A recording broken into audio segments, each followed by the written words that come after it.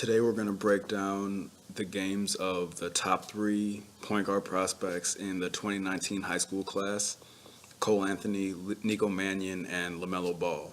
All three of them have some skills that are definitely going to translate well to the NBA, but they also have areas they really need to improve if they want to maximize their draft stock and also, their success in the next couple of years. So the first player we're going to break down is Nico Mannion. Goes to Pinnacle in Arizona. Really has one of the deeper scoring packages in the entire high school class. We're going to see right here, just going to get a little pass up. In any isolation situation, he's a problem. Very difficult to guard. First step is incredibly quick. Going to see a nice little hezzy there. That's just easy blow by. Defender doesn't even know what hit him. So these are the type of actions where Nico Mannion's best, when he gets the ball out of motion and the defense doesn't really have time to set up. So we're going to see him attack here. There's going to be four guys here who could potentially help, but he's just too quick. Gets all the way to the rack. And, on top of getting to the basket, shooting is another area where Nico is exceptional. So we're going to see here, he's going to pass it out. That's a contested three in the corner. It doesn't matter. Puts up big numbers, obviously, as you would expect from a five-star, but his scoring ability, really out of any situation, is impressive. I mean, that's a good closeout right there. Most guys, you think you'd have to attack off of this, maybe try to go baseline. Hand down, puts it up immediately, and that's a bucket. Now, when you close out that hard, what you're going to have to do with the way that Nico shoots the ball, then you're going to be exposed to this. Pass to the corner, already hit a corner three. Just fundamental. Pump fake, step in. It's an easy jump shot right there. And I know people always want to say with these five stars, is their game going to translate? How are they going to play against top competition?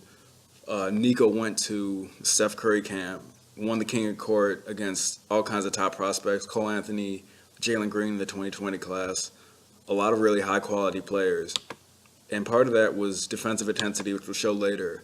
But the main reason was because one-on-one, there wasn't a guy who could guard him. So here we're going to see patience with jab step. That's just a slick hesitation move right there to get the basket. I mean, this is probably his go-to move, I would say. And this is a move that I think is really going to help him at Arizona. And when he goes on to the NBA, you freeze him right there, and there's nothing to do. And if you, as a defender, you can react to this multiple ways. This is a shot he can hit. So as a defender, right now we're going to see the defender's got his feet a little messed up there, which is the point of the move. But you either got to try to take away that jump shot or you got to play the drive, because he can make the jump shot, and he's also quick enough to explode by you and get to the rack. So that's really a problem with guarding Nico one-on-one and in ball screens, which was, this is exactly what I'm talking about. You just see he hit that hezzy move when he was at the Steph Curry camp. And the reason why that move is so deadly is because if the defender backs off, gives him any type of space, the hezzy three is right there. It's a shot he makes consistently, one of his go-to shots in isolation situations. It's the same exact read as we were talking about at the Steph Curry camp. Right here, defender puts his hand up, comes close, he can drive right by him. Right here, the defender's got his hands down. A long defender, so you would expect him to be a little bit tighter here, but as soon as he gets that back foot moving, as soon as you get the back foot moving the direction towards the basket, it's when you know you're going to have that space to take the shot. So Nico's going to get an inch of space, and that's all he needs to make it. And as I said, when I started analyzing Nico Mannion, when he's coming off of action, that's when he's most dangerous. I think at Arizona, he's going to be able to play off the ball a little bit. They got a pretty solid point guard right now in Brandon Williams, so they'll be able to mix and match lineups there. But when he's coming off of action, he's dangerous, coming off of pin downs, coming off of baseline screens. Here we're going to see him come off of little double screen. Defender decides to try to go over. Then he's going to hit a nice runner right here.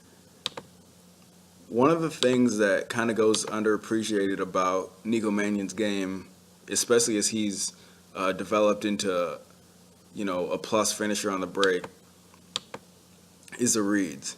So this player is probably designed for him to come off both double screens, probably catch the ball here at the wing, which I'm guessing the defender knew, probably some scouting report here on the play that they have. He reads it, fades to the corner, and then gets a nice 12, 15-foot runner right here that he can make.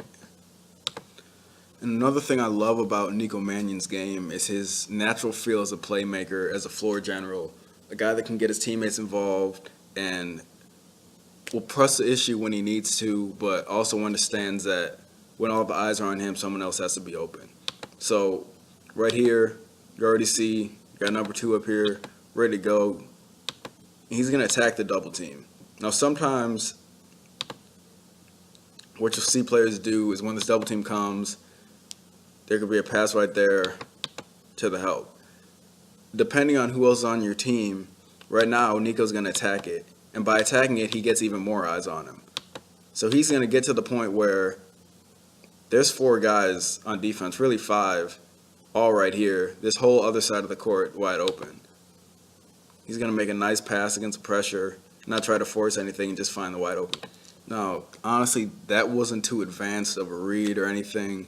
It's just all the eyes on you. Really, you could find any top player on any high school team that should be able to make that pass. But typically, Nico does make the right calls in these situations. But there is a tendency to get going too fast and then trying to make too many passes. So right here, he's going to get it. That's an open shot. There's no commitment here from number 2. This is a shot he can make, step in 3, couple feet behind the line. That's a shot he can make. Instead, he's going to try to make an extra pass. Number 2 did exactly what you would want to teach in this situation. Numbers against you. It's basically a 2-on-1 here. He's got to make a decision, and he does what he's supposed to do, plays 2. But that's a shot that Nico has to be able to take. And he occasionally will get forced into these type of turnovers, trying to overthink, make too fancy of a play. Now, this is the same game. Here he's going to make the correct read. So we're going to see a screen's going to come. Nico Mannion does a really good job of making sure that he gets tight when he's coming off the screens and make sure he gets space. So right here, he's already got 2 guys on him. He's going to attack. Help's going to come from the corner. You should never leave the corner. And Nico's going to find a shooter. Wide open 3. Again, not a super advanced read, but a lot of things that young point guards do, especially at the high school levels, they try to make the home run play. And more often than not, Nico Mannion just makes a simple play, and that's going to be appreciated more and more as he goes to Arizona and then goes on to the NBA. And now here again, we're going to see him in the pick and roll. Really important anytime a guy's setting up a pick and roll. I think it's too common right now for young players to kind of watch the NBA and think you can just relax into pick and rolls, just wait for him to come and not really create an angle. What Nico Mannion's going to do here is he's going to attack, and then he's going to come off the screen and draw some contact. Now, just go back real quick. The importance of that, it's really a small thing here. But he has the ball here right now. If he wants to stand with the ball, then he can get the screen, could come off where he ended up coming off. But what he does here is now he has a great angle. He's in a spot he can score if the defender isn't going to come all the way up to cut him off. He's going to be able to get to the basket. But now when he comes around the screen, it's a better angle for not only him, but a better angle for the roll man to have a nice roll to the basket. So the roll man actually probably is open right here. But this is when I talk about making deeper reads. This is a help from the corner right here. So he's going to be taking the roll man. Nico sees that. Nice pass to the corner, extra pass. That's a 3. Side note, the kid that ends up hitting this 3 has to be one of the purest shooters I've ever seen. I don't know if he's getting college looks or not. Trent Brown, who goes to Pinnacle, but I don't see this kid miss a lot of 3s. I know most of them are in highlight videos, but one of the purest strokes in the country. Now, I think offensively, Nico is very mature for a high school player. There's a reason he's a 5-star, and I think his offense is a large part of that. He reads defense as well, has good pick and roll potential, as we've seen. Really good scorer, can score from all three levels effectively, and really understands how to get his teammates involved. Now on defense, I think this is an area where he can really be special if we see that consistent effort, which is a common thing for high school players, especially these top ones. They can usually rely on athleticism. But we're going to see an example here. Nico's going to be aggressive here, trying to not give up a pass, and then just gives up a backdoor layup. Just lazy right here. So, again, this is kind of a typical evolution for a high school player, but if Nico Mannion wants to be that elite player, especially when he gets to college at Arizona, the Pac-12's got some players there, and especially in the NBA, that intensity level has always got to be there. Right there, he just gets too aggressive and then gets lazy, feet stop moving, and gives up a wide open layup. But I do think it's important to distinguish a lack of ability to play defense and a willingness and commitment to consistently putting in that effort to be a lockdown defender. And in stretches, Nico Mannion can really be disruptive and be a pest on the ball. So here we're going to see tip to start a game. It's all up in his defender. Good defense, moving his feet well, cutting him off to the spot. I mean, that's just tenacious. Now, then we're going to see at the end, he gets an unnecessary foul. But this is something you got to appreciate. This is something you don't see all the time.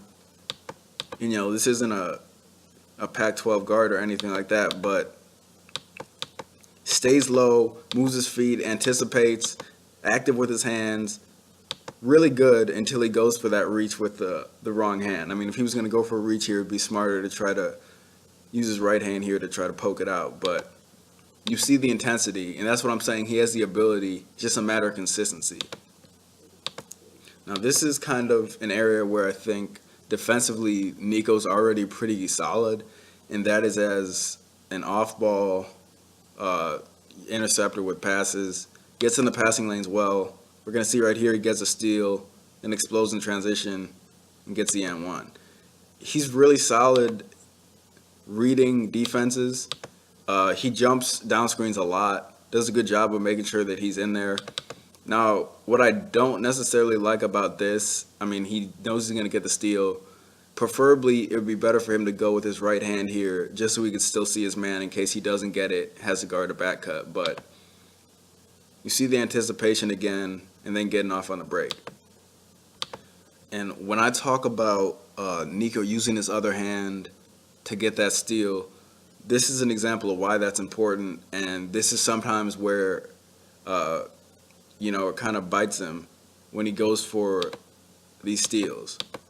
Right here, we're going to see him get in here, and then he's going to try to anticipate. He's got one guy in the corner. He's got number 3 up here right now that he's going to be trying to kind of play between right now with Brown helping down. So he's going to jump up, little pass fake, and then it's a wide open 3. So these are just a little fundamental issues defensively that easily correctable, but something that needs to be a focus. Because right here when he drives, the help is fine. He's not going to get a shot up. But the way he's positioned, he doesn't even see the guy in the corner. He knows he's there, and he's trying to kind of play both. But as soon as your back's like that, I mean, you can get a back cut, that's a wide open 3. Whatever the guy in the corner wants to do, he's going to be able to do because Nico's eyes are only on number 3 in the ball. Instead, he needs to have his body positioned to where he can get out to number 3 if he needs to, kind of turn around, but also knows where the corner is. Because that's a wide open 3 that you just can't give up. And when I talk about, being able to transition into the NBA, being able to compete at that level, I mean, still a teenager, but it's never too early to start talking about skills that are necessary to be a valuable player in the NBA. And being able to switch and handle that without being totally exposed is key. And right here, we're going to see at the Steph Curry camp, this is a final championship round. It's going up against a post. Gets the ball at the elbow. And now this is just one-on-one. No help, nothing. Low stance, active with his hands, gets away with a couple, touches on the shoulder. But look at the way he moves his feet. Doesn't give up ground and gets a stop. Couple things to really pay attention to here. He's low and active with his feet. If you're going against a post player, the last thing that you want to do is be straight up when you're already giving up this weight and height advantage. You're straight up, you're not going to be able to absorb any type of body contact. When he drives, takes it in the chest, has decent strength,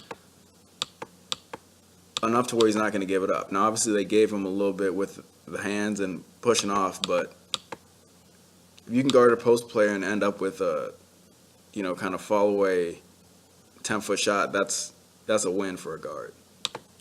And now, the one area where I think Nico Mannion could really be, the most special at the college level and something that's really going to work well in the NBA, as we've seen in spurts, is his ability to explode in transition, make plays, and finish. And a couple years ago when Nico was, scoring a bunch of points for the Italian national team and was kind of undersized, pretty skinny, hadn't really grown all the way yet, was kind of just a very skilled underclassman, he wasn't able to do these things around the rim. He is now a plus athlete and an elite finisher in college. I mean, there you just see a steal, and this is one thing we really can look at. He gets a steal all the way pretty much at the opposite free throw line. Look at how quickly he explodes in transition. It's a couple dribbles, gets down the court, gets a dunk. Now here again we're going to see solid defense right here. He's going to go under, moving his feet, just rips it. Pretty bad ball handling right there, but in transition, here it is again. Hezzy 3, freezes him, knocked down. And you got to appreciate the steal. This isn't as much flashing him exploding on the fast break, but it shows the patience. I mean, he's surveying the defense right now. Defender's in no position really to guard on a penetration or on a pull-up. And then you see it right there. Gets him to back off. Defender's in no position to guard. It's a pull-up he can knock down every time. And when we compare, Nico Mannion to Cole Anthony and LaMelo Ball, I'll talk in certain parts of Cole and LaMelo's breakdowns, kind of how they compare, how all three kind of have strengths and weaknesses. The one thing that I really appreciate about Nico Mannion's game is kind of that level of patience and flash kind of balanced out. I mean, it never seems to be too much. Right here, we're going to see him go nice little behind the back. What should have been a dunk. Guess he didn't want it, but you're going to see there's just a level of craft about the way he plays. I mean, this is a just really subtle but nice behind the back move to get to the rim. I mean, you got to love that. You also got to love this. You got to love the competitiveness. We can back this up. I'm pretty sure he tells this guy right now he's trash. Yeah, that's what it looks like. So, when you look at having a point guard going as a 5-star, has all these accolades, a lot of these guys will go around the game nonchalant. You don't really see that competitive fire. That's not an issue with Nico Mannion. Not that it's an issue with Cole Anthony either, but you always see that competitiveness in everything he does. Now, there's also that problem when you're a fiery competitor, and this has happened plenty of times throughout, the last couple years for Nico as he's gotten the 5-star status, gained more popularity.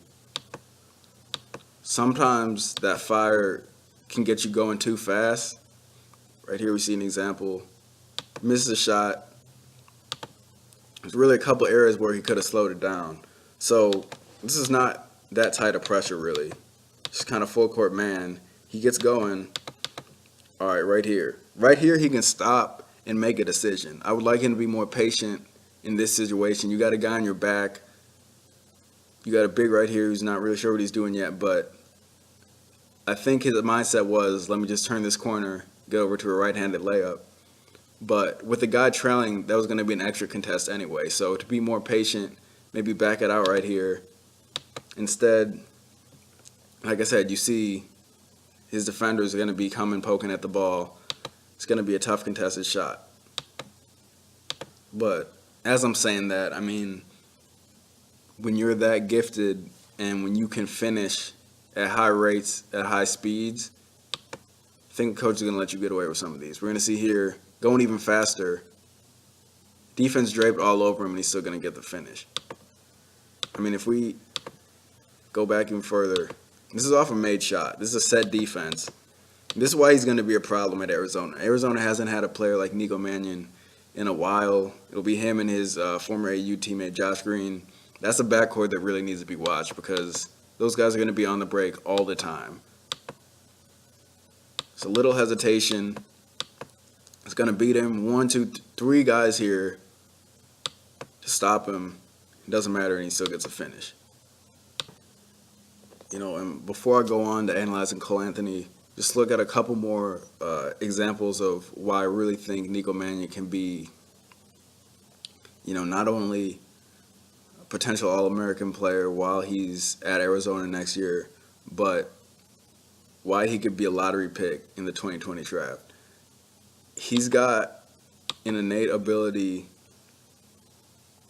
of staying low on his drives and just understanding when and where to take shots. There's a patience about his game that kind of, you know, speaks to a player who's been playing for years.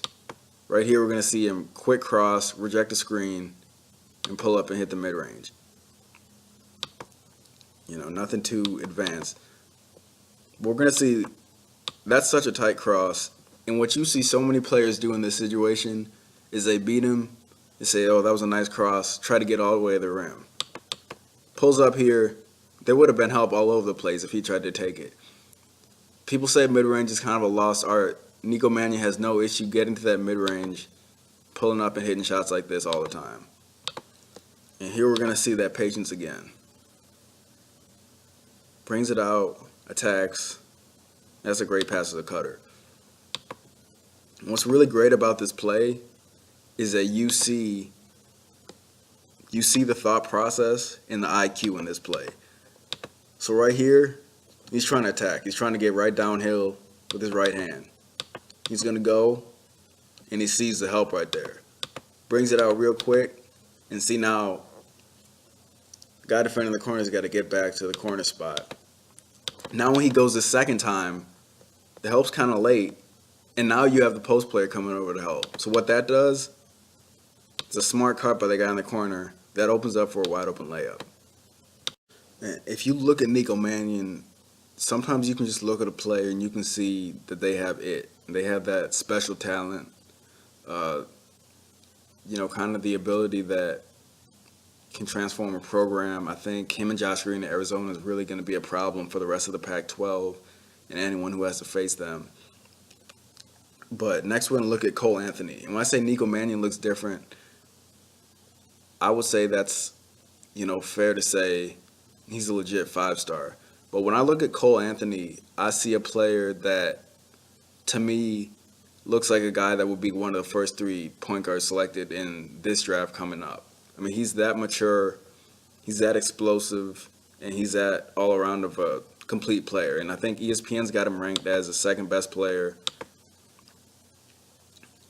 I'd be hard-pressed to say there's a better player in the country than Cole Anthony in high school. We're going to see his creativity in the pick and roll right here. Gets an ISO, just playground handle, drop-off pass for a dunk. In a pick and roll, I don't know how many more dangerous players there are with his ability to create space and hit shots off the dribble. I mean, this is a shot he can hit right here. Hand down, man down. He can make the shot. But he sticks with it, gets a good shot. You know, really the easiest one. It's a dunk for his post player. And similar to Nico Mannion, Cole Anthony's a 3-level scorer, supreme offensive threat. Can get wherever he needs to go with the ball. Right here, we're going to see a nice little action, a handoff. It's just a soft floater, get up and in. It's just really, really good pace and patience.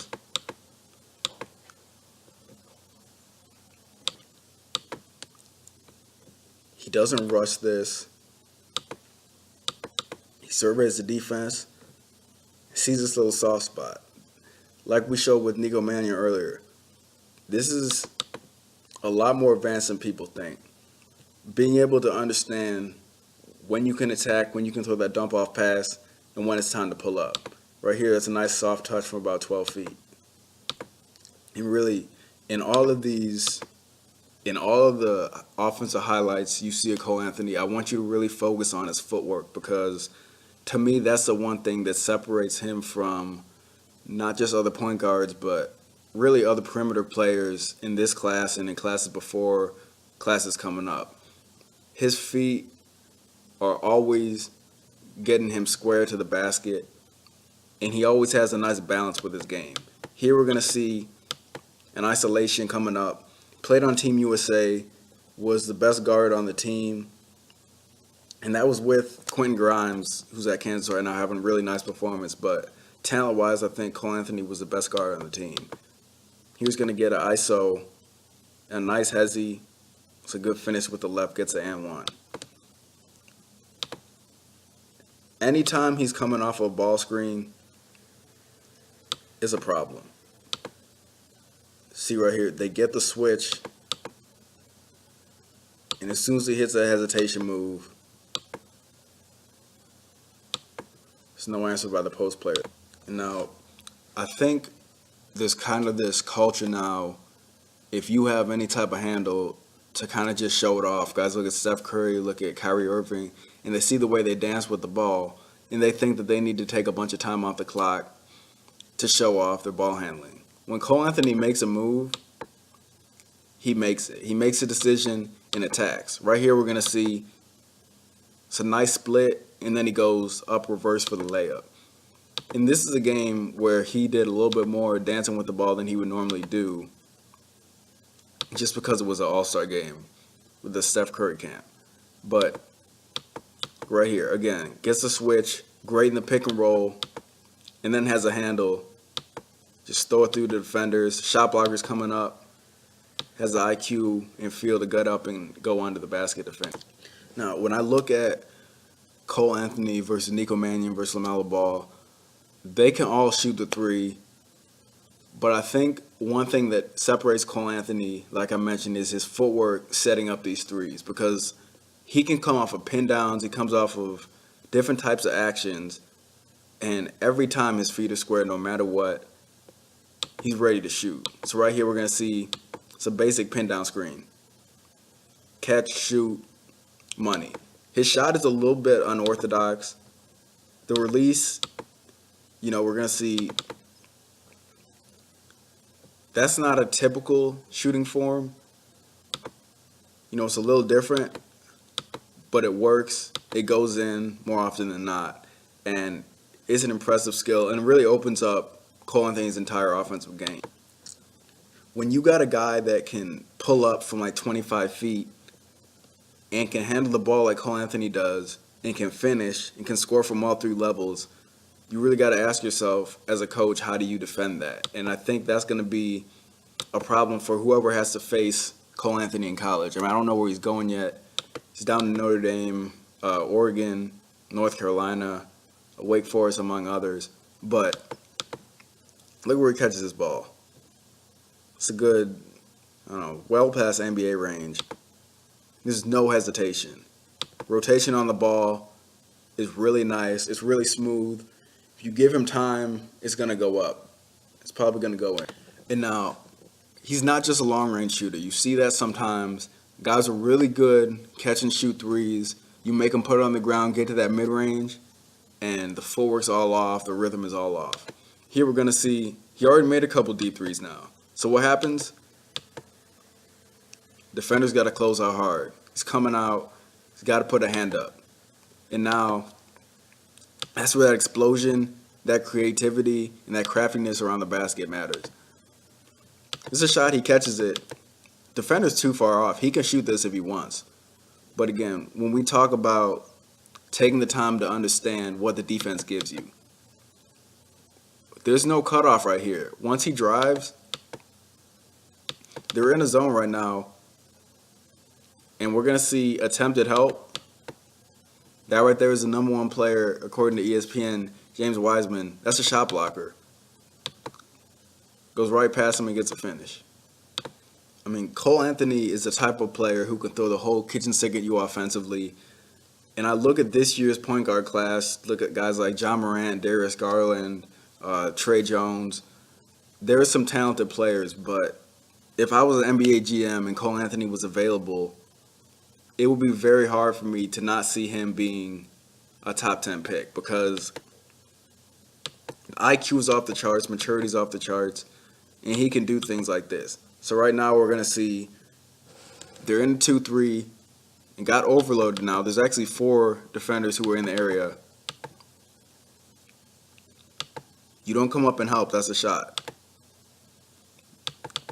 Again, pay attention to the feet. This is basically going to act as a screen. This is a play that's become more and more common over the years. Players just getting handoffs and then kind of using that as a screen to attack. He's supposed to be getting a high screen here that he ends up getting. So really it acts as a double screen. And at this point, you got the lowest man coming up. It's all the space he needs. Jump shot's pure. Now, something else I'd like to highlight about this play, and again, littlest things. He's going to get the handoff, high screen. They're worried about him. Best player on the court, they're worried about him. Because the center guy helps up, corner defender is going to try to drop down. He actually has a wide open pass to a shooter in the corner if he wants it. And, you know, he makes the shot. It's a long 2, really not a shot that you would prefer, but it's a shot he can make. But this is that next step there for Cole Anthony is, all right, this is a shot I can make. This is a good shot, but it's a long 2. It's going to be mildly contested. All right, now that's going to be a long 2 versus what we could have, wide open 3. But again, that's just a small thing that is just shown on this play. It's not like Cole Anthony's looking away from his wide open players, but these next levels and layers of knowledge offensively are what Cole Anthony's going to need to really become the elite all-star caliber player he can be. And here we're going to see it again. Knockdown shooter. You don't want to put your hand up. It's an easy 3 for me. It's nothing more. It's simple. It's coming off some action. Get square. It's a knockdown 3. Now, he's about 6'2", 6'3", not the biggest guy, but one thing that you don't see out of a lot of high school guards is being able to score in the post. And Cole Anthony isn't in the post very much, but I see shots like this and I see potential for a guy that could really do something in the post. I mean, that's a nice catch, turn around, guy on his back, just elevates over him. He's got that explosiveness to get up and shoot over guys. And as he gets older, you know, we're talking 10 years, 15 years in the league. If that's a shot that he can consistently make, it's really going to improve his longevity in the league and impact and ability to score. No, yeah, I mean, we know he can score. He can really fill it up from all 3 levels. He can drop 20 on you in a heartbeat, but it's not the only reason I think that he's going to be a top 5 pick in the 2020 draft. It also has to do with his ability to see the floor and make pinpoint passes. Right here we see he gets a steal off a terrible pass. It's a nice bounce pass in transition to get it done. And here we're going to see him attack again. Full speed. Look at the nice drop-off pass. It's a nice little shovel pass to get the open guy. When you have young playmakers, there's a big tendency, doesn't matter, you know, even guys in the NBA, you'll see this will happen sometimes with guys like Russell Westbrook. They get going too fast and they can't stop. And then that pass isn't even available. Usually what you'll see happen is a player will wait until they're here to make that pass. They won't trust the anticipation in their mind, or they won't be able to see, the reaction of the defender, and they wait to get here.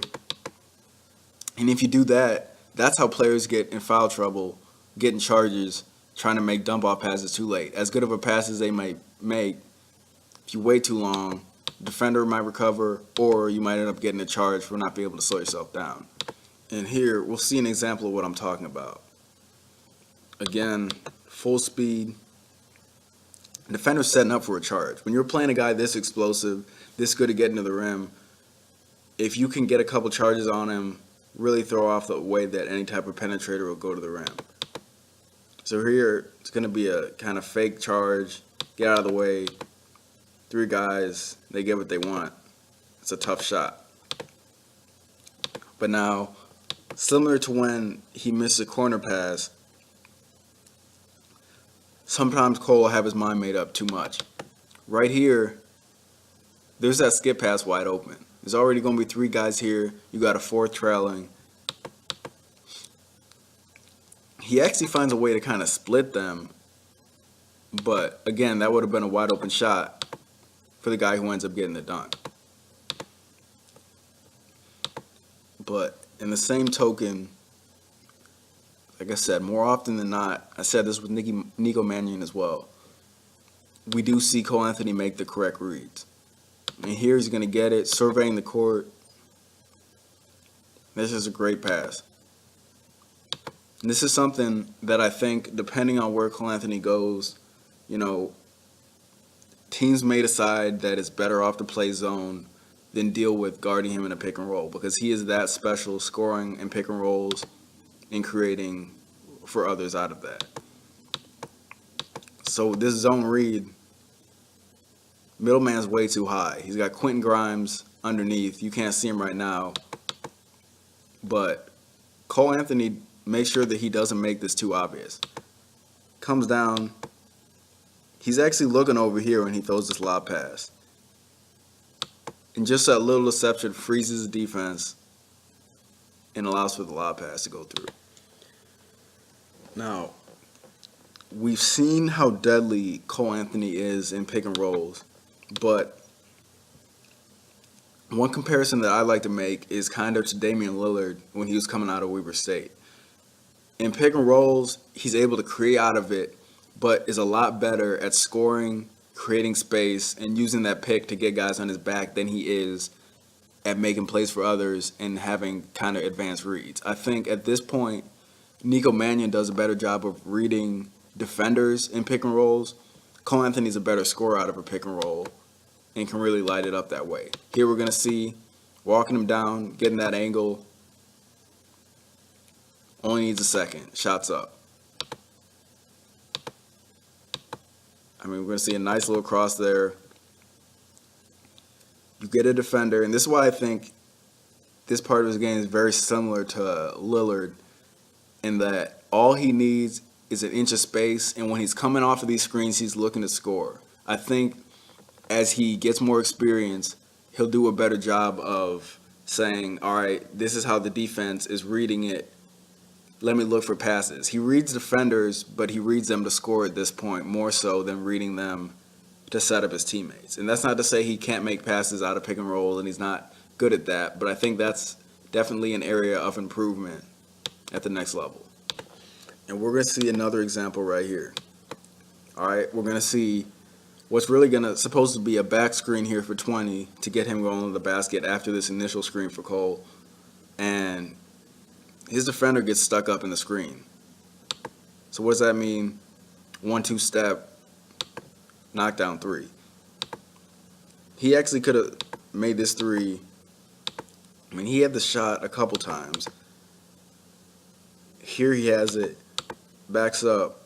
He sees the defender still way off. If you give Cole Anthony space, he'll pull up. And you'll probably find yourself on the bench because he's going to make a lot of these. Really good footwork again. Balance is just great. Goes straight up into his jumper. He knocks that down. And now here we're going to see Nico's going to be on him. He's going to get a screen. All right, now he gets a switch. Now, this is what's going to happen in college, and this is what's going to happen in the NBA even more so. Teams are now relying more on switches and hoping that bigger players can use their length. Here, he's just going to dance on him. And that's just the essence of how dynamic, how efficient, and how dangerous Cole Anthony is. I mean, I don't see a lot of big guys at any level being able to guard that. But then in the same token, defenders are going to struggle to guard Cole Anthony, but is he going to be able to guard other players if he goes to the ACC, Pac-12, wherever he ends up going, and then is he going to be able to guard NBA guards? So here we're going to see he's going to pass up, get a fast break dunk. But what I want to highlight here, and this is more about the message sent than the actual play. I mean, that's just a steal, and he's coming back on defense. But what I need to see out of Cole Anthony here is a full sprint back to stop him. Because when you see when he actually takes off, if Cole Anthony sprints, he's beating the ball back to the block. And this is just a little thing for a guy who is a great natural leader and a guy who's going to be leading wherever he goes in college, and he's going to be a guy who can be a floor general right away in the NBA, and a guy whose actions are going to be looked at closely from his teammates. I would just like to see him hustle back, and I know this is a small play, but this is just an example of always having that motor running high.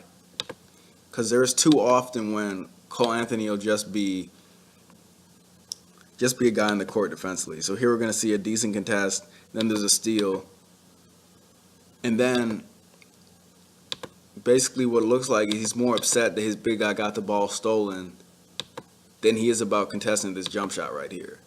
And, that's going to happen. Big guy's got to keep the ball high, but give me a contest right here. And I know he can do it defensively. I've seen it. And, despite the prior two clips, Cole Anthony does give pretty solid effort defensively on a nightly basis. Here we're going to see him guarding Nico Mannion. Gets through the screen and then gets a block. What you see a lot of times with younger players is right here, they're either going to expect a switch or they're going to be lazy getting to the penetration off this screen. Cole doesn't give up on the play. That's what you need to see really from any player, is that hustle back and getting back. And now Cole Anthony was also at that camp where Nico Mannion won this one-on-one championship tournament. We're going to see Cole Anthony in a similar position guarding a big. And here we're going to see a couple things I want to highlight on this. Number one, the defensive stance. Cole Anthony is wide and does a good job of moving his feet and then has an excellent contest. I don't really know what happened with the big man shot there, but what I want to highlight about this is the competitiveness. If you can switch on a bigger guy, we all know it's a disadvantage for the smaller player here. But to compete and make the big man work, that's all you can ask when you get a switch like that. And Steph Curry's loving it. Now, so far when I've been talking about Cole Anthony, I haven't really shown any of his Showtime plays, shown some handles, and there's a reason for that, because I want people to appreciate the skill set that Cole Anthony has. I mean, he is advanced offensively with the ball in his hands. He is already an NBA creator of penetration in ISO situations, deep range, dynamic at all three levels. But one thing I'm going to highlight in these next two plays is how just overwhelmingly explosive he is. And sometimes it'll catch people off guard because you see him, he doesn't just jump off the screen right away as a guy who you'd expect to be athletic. But here's an example. I mean, that's just nasty. Then he's going to stare him down after. the level of explosion to go from one dribble, look where he's taking off from. That's one dribble from about the volleyball line, and then he's just punching that in.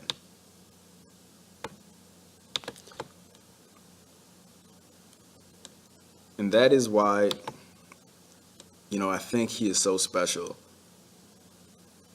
Because look at this play right here. Look at the lob. I mean, he just jumped over a big man, and it didn't even look that difficult for him. So when you project him to the NBA level, at least in my eyes, he has the full package offensively and defensively. I know that's something he's going to work on in terms of consistency, but it's all there for Cole Anthony to be a long-time All-Star in the NBA. He's got the pedigree, he's got the IQ, he's got the explosiveness, and I think he's really going to be special. So Cole and Nico, to me, are, two elite point guards who should both be first-round picks in the 2020 draft. LaMelo Ball is obviously a different story. Left to go to Lithuania. Obviously, his dad's a little bit of a circus. Not sure if he's going to be able to play in college or not. But what I've seen over the last 2 years is a growth from, kind of a kid to a legitimate pro prospect. And I'm going to kind of go over what I've seen and still where he needs to grow. The one thing about LaMelo Ball's game that is toughest to watch and most frustrating is he kind of plays like he's too cool for competition. So here we're going to see pass to the corner. It's a great block right there. But look at the defense. No stance here. Kind of playing two, not really. No closeout. Just giving up baseline. Lucky's got a great shot blocker right there. But I need to see way more effort than that from LaMelo on defense and, as you'll see soon, on offense as well. Because I don't want people to get it confused. LaMelo Ball could be a really good defender. And I didn't think I would say that a couple years ago. But he could actually be a legitimate stopper for an NBA team, a guy that can guard both guard spots and use his length to really be disruptive. And we see his brother Lonzo does that right now. It's just a matter of want to. So here we're going to see, gets in a good stance, uses his length, gets a steal, and then we see that fancy finish that he'll go to a lot, double clutching. LaMelo Ball has worlds of ability on both sides of the ball, but it is always a matter of effort. He's about 6'7", which is exceptional size, kind of built similar to Sean Livingston, a guy that can be a good positional and off-ball defender and solid on the ball if he really wants to be. And here we're going to see a clip from Lithuania when he was over there playing professionally. And again, activity. Length is a problem, especially if he's guarding, ones and twos.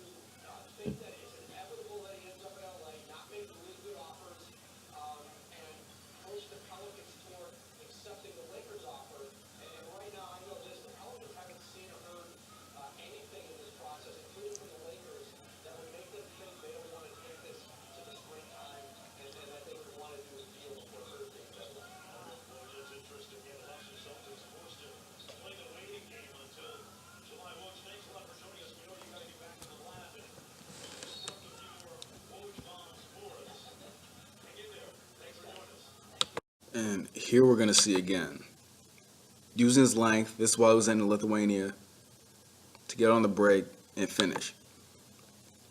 At 6'7", there is a potential that LaMelo Ball is still guarding ones and twos at the NBA level. So that's a significant advantage to create turnovers and really be disruptive. I said Sean Livingston body-wise because Sean Livingston is a guy who can guard ones, but he can also guard twos and threes at this point because of his length, anticipation, and IQ. So if LaMelo can get to that point, then he can really be a valuable defender. But, my worry is that he's not going to give that effort all the time. And this is a perfect possession of what LaMelo could be and what he reverts back to at times. So here we're going to see good energy, moving his feet, active, and then gets hit in the mouth, right back to lazy. You can't have these possessions where you just drop energy altogether. I understand he got hit, but I think too often, more so than Nico Mannion and Cole Anthony, too often LaMelo will let, contact or, something going on in the game, verbally or physically, and he'll let that kind of take him out of the focus level that he needs. So here he loses focus and then basically just gives up a wide open lane that leads to a dunk. But these are two possessions where I said, looking at this, I know what LaMelo can do if he wants to. Here, he's going to kind of get caught up, recover, get the block. And then we're going to see right here an example of, just the anticipation and natural instincts that LaMelo has. Here was a bad example of technique for LaMelo. We showed this earlier with Nico Mannion. He comes up too much. Now, he wants to be in the right position, but he needs to swing this foot over a little bit so he can still see his man, but doesn't give up on it. Backdoor pass is coming. He anticipates it. He reads the defender's eyes, and he gets on the floor to get this steal. LaMelo right now is a guy who is a steals defender, meaning he'll rack up steals off pickpockets, off getting in passing lanes, off, occasionally having active hands, but he won't necessarily be engaged and be an effective defender. But he has the ability and he has the natural instincts to be a solid positional and on-ball defender as well. I mean, we look right here, again, good wide stance, active, gets the hands in there, steal into a dunk. I want to see more of this. This is kind of a, you show me the ball and I take it, but it also shows me that he has those natural instincts on how to get steals. So if he can just turn that into consistent production, moving his feet, then he can really be something on that end. Now, offensively is really where I think LaMelo got, famous. Game he scored over 90 points, and he's also kind of, had plenty of mixtapes that people have seen, the half-court shot where he just pulled up regularly. And, that was a couple years ago. But earlier this year, he did the same thing. And that was like it was nothing. That was a legitimate half-court shot to end a quarter. And he knocked it down like it was nothing. I mean, you can say what you want about LaMelo Ball, but you can't say that he can't shoot the ball. You can't say that his range isn't impressive. Because he gets this, dances with a little bit. Defender gives him a little bit of space. This is a regular jump shot. This is not a half-court heave. This is a regular jump shot.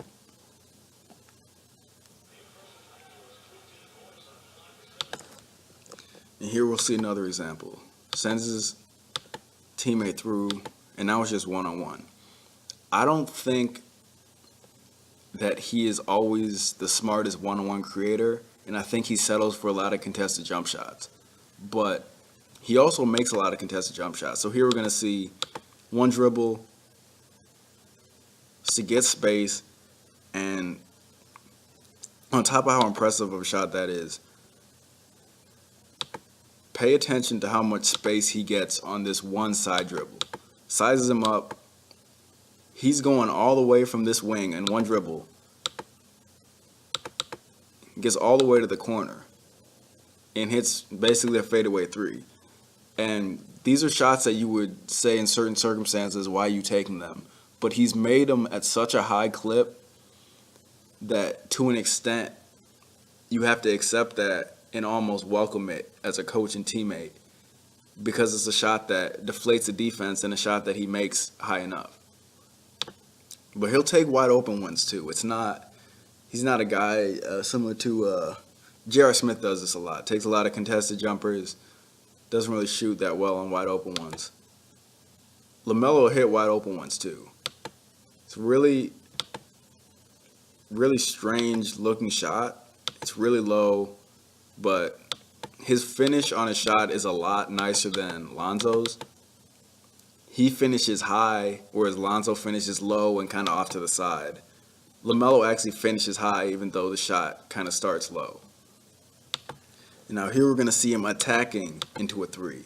Again, a little side dribble, gets a screen. He's basically falling out of bounds shooting this three, and it's no issue. It's no issue at all, because these are shots he practices and shoots a lot in a game. So when we're talking end of shot clock in an NBA setting, you need a guy to get a shot off. LaMelo can hit the tough ones. Now he'll take some bonehead ones that you wish you could get back, but he's also a guy that if he learns to take the right shots, he can make big ones. And I think people had a good idea of LaMelo's shooting ability even when he was younger on those Chino Hills teams. But those teams were playing at such a high rate and played pretty much no defense. It was tough to analyze. The team he's on now, Inspire, they don't play great defense, but they play a little bit more, and there's more of a team aspect and controlled pace that I think kind of lets you see who LaMelo is. But what I really want to talk about is LaMelo's growth as a playmaker and where he's at right now. Here we're going to see him get the rebound, push in transition,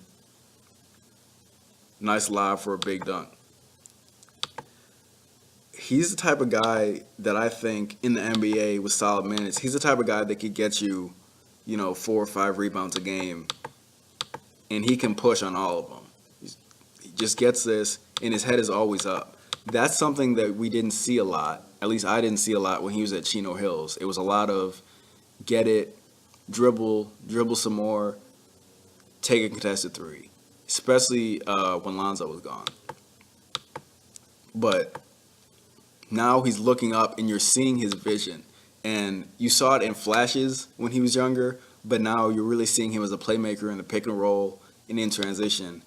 And it's really a true gift that he has passing the ball. Now, even so, he's still got that flashy element. So here we're going to see behind the back pass,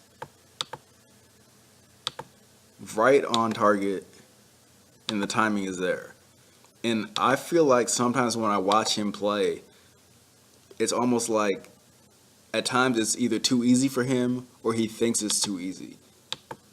Because here he's just messing around with competition, Lithuania.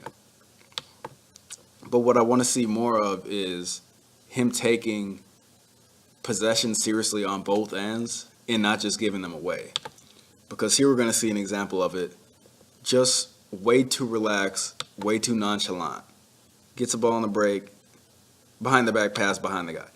It's the same situation as the pass before. The one when he was in Lithuania was accurate. This one was out of bounds. But when you think about it, why did that need to be done? Because, you see him push. What's wrong with a bounce pass right now? You got a wing running. You probably need to give him the ball here anyway. It's only going to be a dribble, probably a dunk. But instead, he holds it too long. And we already see when he throws this pass, it's going to be behind. And this is just an example of doing too much. LaMelo Ball does too much, less than he did before, but it's still too much for, playing at a higher level college or NBA. Whether or not he can play in college, we don't know. But in the NBA, these are the type of mistakes he's just got to cut. Now, what I've really liked to see over the last year and a half in LaMelo Ball's game is him really showing off his vision and scoring ability in pick and rolls. And he's actually reading pick and rolls now, whereas a couple years ago, it was coming off the screen, shoot, or throw a flashy pass. He's actually reading the defense to decide what to do. So here we're going to see him come off. Nobody stops him, so he keeps going all the way to the rim. Going full speed. Defender's going to go out to the corner, so now he gets to use his length and get up and over. And now here we're going to see again. Goes through the screen, guy goes under, let me hit that three. It's not too complicated. Doesn't always do the most simple reads, and he didn't in Lithuania, and I think he's doing a better job at Spire of being patient with the pick and rolls. It's just a simple read. You can make this three, defender goes under, late to get his hand up. And now here we're going to see him making a play for someone else out of the screen. So he's going to come off it. The big man helps right here. Perfect timing on the lob. Absolutely perfect timing. If he throws it any earlier, say he throws it now, defender's there. If he waits and gets here, it's going to be a muffled pass. He might have to try to throw a hook around. But here he gets the big perfectly in stride. Nice pass for a finish. And here's another example. One thing that I'd like to see more of for LaMelo in some of these pick and roll situations is setting it up more. We saw it with Cole Anthony and Nico Mannion. When they set up screen and rolls, they'll bring their guy down a little bit, give themselves even more of an angle. LaMelo usually goes from a standstill or stationary dribbling position to attack. But here, defender goes way under. You know what that means?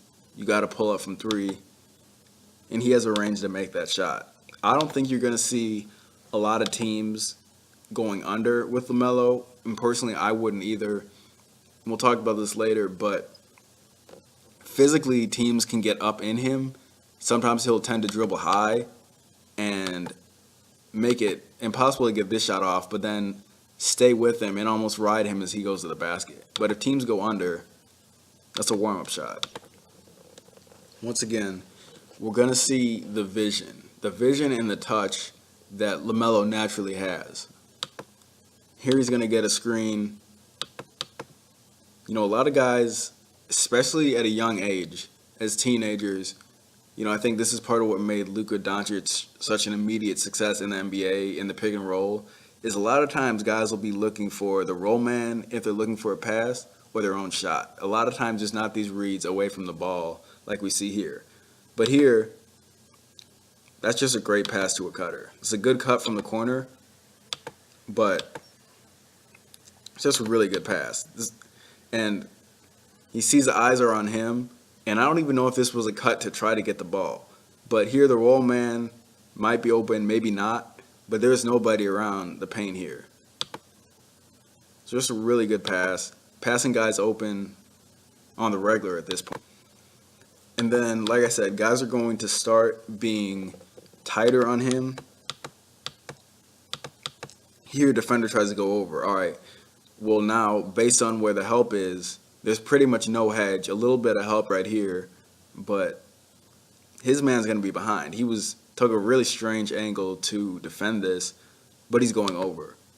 So that means he can show off his creativity and get in the lane. And he really has a nice craftiness, kind of can slither through the lane with the ball, good ball handler, and then can finish in a number of different ways around the rim.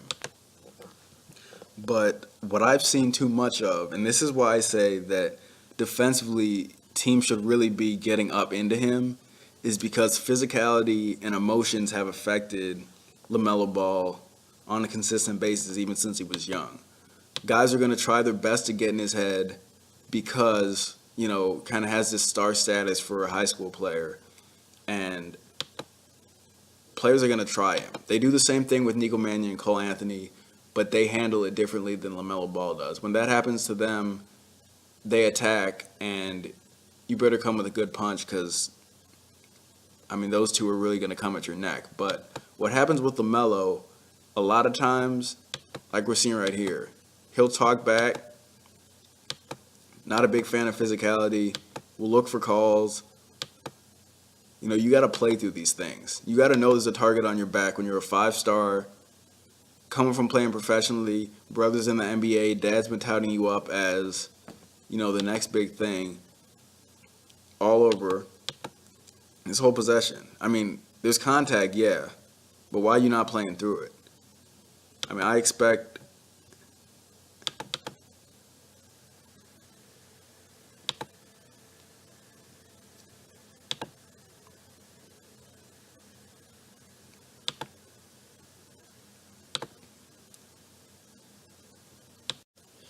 and I know it's easy to say as a spectator to just sit back and say, well, you got to play through it. But like I said, you got to know there's a target on your back when you're coming into a gym and you're LaMelo Ball. And you can't get overly emotional, cost your team possessions, take your focus away from putting your energy where it needs to be. You're putting it on someone else, and that's kind of the point of these players trying to get up in him and instigate. So here we're going to see again, same player from earlier.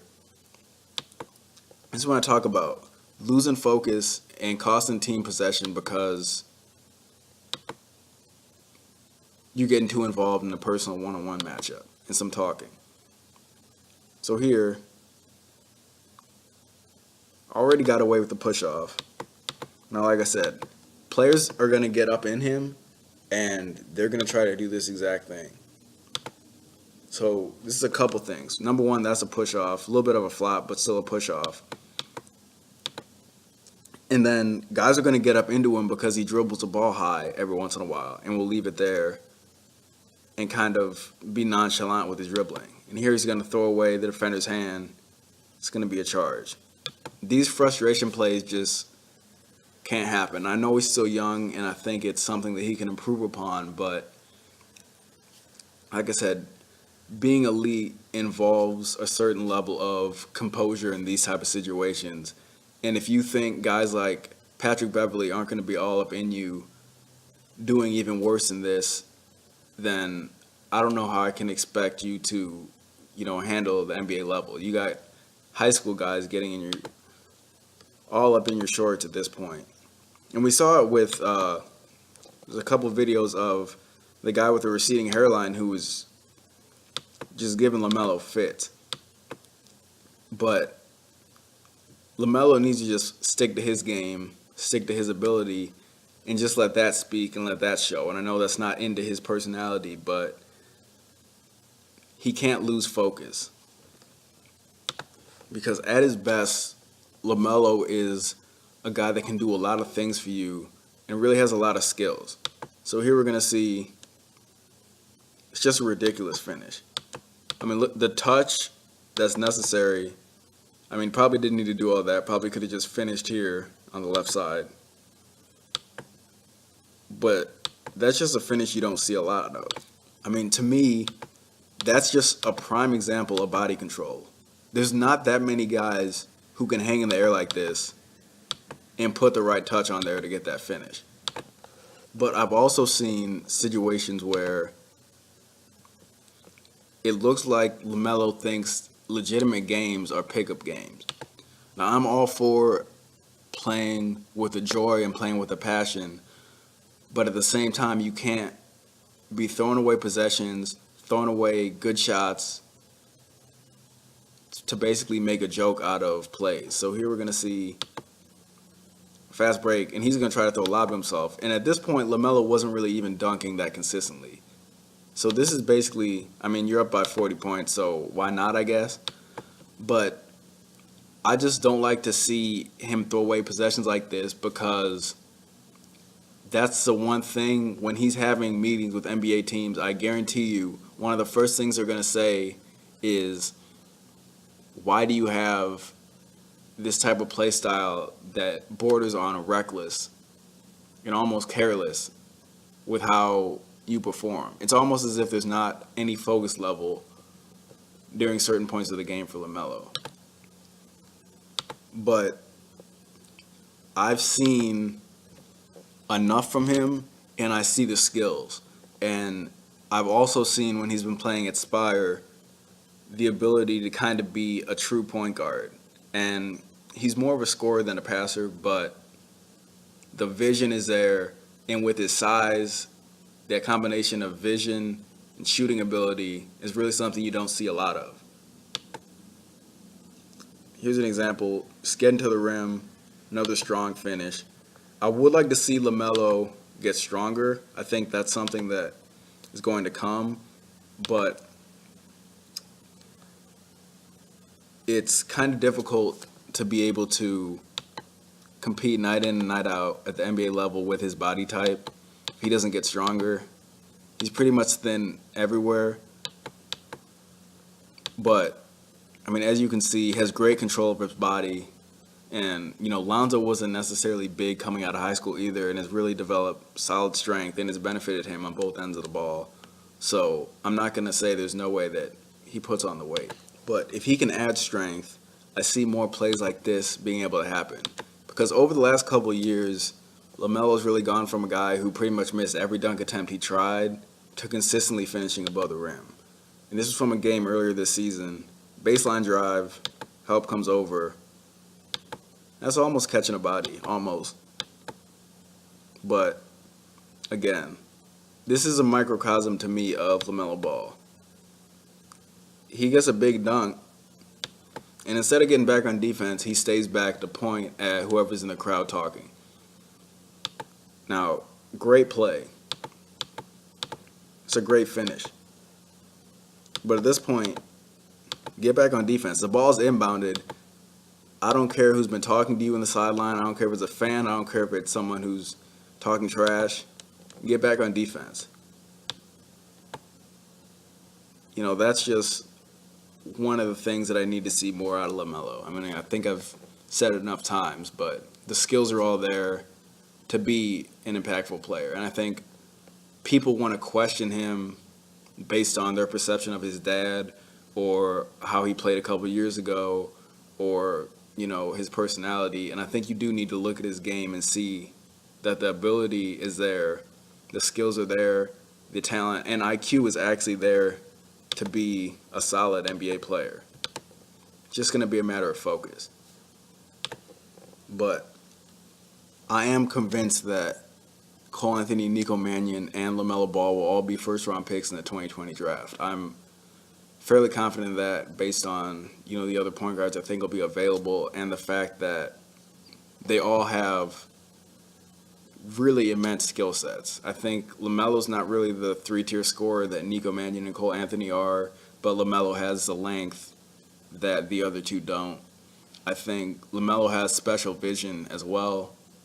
I think Cole and Nico are good passers too, and I think they're more mature really in every aspect of their game.